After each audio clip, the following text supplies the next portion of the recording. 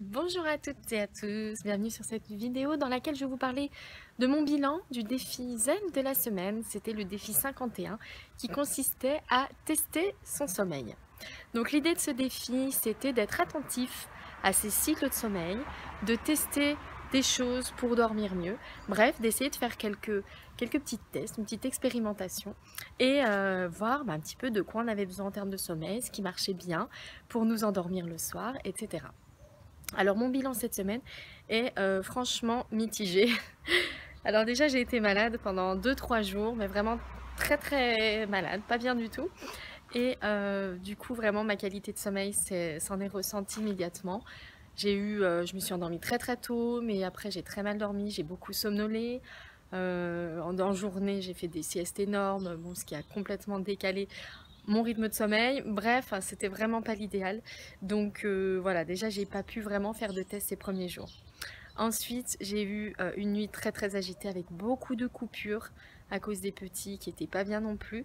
Donc j'ai dormi 4 heures, 4h30 une nuit. Et alors ça ne me convient pas du tout. Voilà, s'il fallait tester pour savoir, 4h30, ça ne me suffit pas. Alors ce que j'ai pu trouver cette semaine d'intéressant. Déjà, c'est qu'une semaine pour identifier le début de ces cycles de sommeil, pour moi, ça a été trop peu. Avec tout ce dont j'ai parlé, voilà, je ne suis pas capable de dire aujourd'hui, le soir, à quelle heure est-ce que j'ai mon coup de barre, à quelle heure est-ce que j'ai ma petite phase d'endormissement optimale.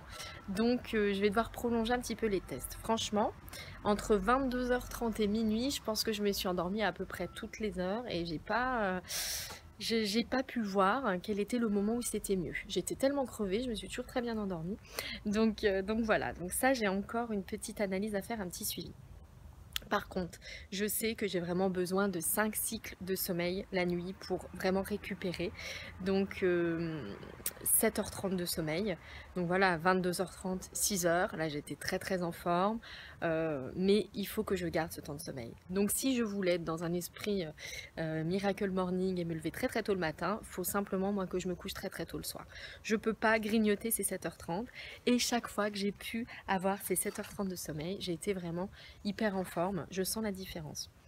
Autre chose qui m'a fait vraiment me sentir reposée et en forme, c'est de pouvoir me réveiller naturellement le matin. Ça m'est arrivé une ou deux fois de pouvoir me réveiller avant mon réveil et à chaque fois j'ai été vraiment dans un état de forme bien supérieur à la veille, voilà, une autre journée. Donc voilà les petits trucs que j'ai réussi à identifier. Alors j'ai aussi trouvé un petit quelque chose en cherchant un petit peu cette semaine. C'est une application qui s'appelle Flux qui permet en fait de moduler la colorimétrie de notre écran de PC quand on travaille beaucoup sur ordinateur, ce qui est mon cas maintenant avec le blog, en fonction des heures de la journée. Donc vous voyez, le soir progressivement ça devient de plus en plus jaune et voilà, ça permet de mettre un petit peu le cerveau en mode endormissement. Voilà, j'ai également apprécié la petite tisane le soir et puis le fait aussi, ce que j'ai beaucoup de mal à faire, mais de couper l'écran un peu plus tôt et de bouquiner. Là en général je me suis endormie vraiment très facilement en bouquinant dans le lit et en faisant un petit peu de relaxation. Voilà, c'est vraiment des choses qui marchent très bien. J'espère que ce défi vous a plu, que vous avez appris des choses sur votre sommeil, que ça vous a donné peut-être envie d'en savoir encore plus. Moi je vous souhaite une très belle journée, je vous donne rendez-vous très bientôt pour un nouveau défi zen.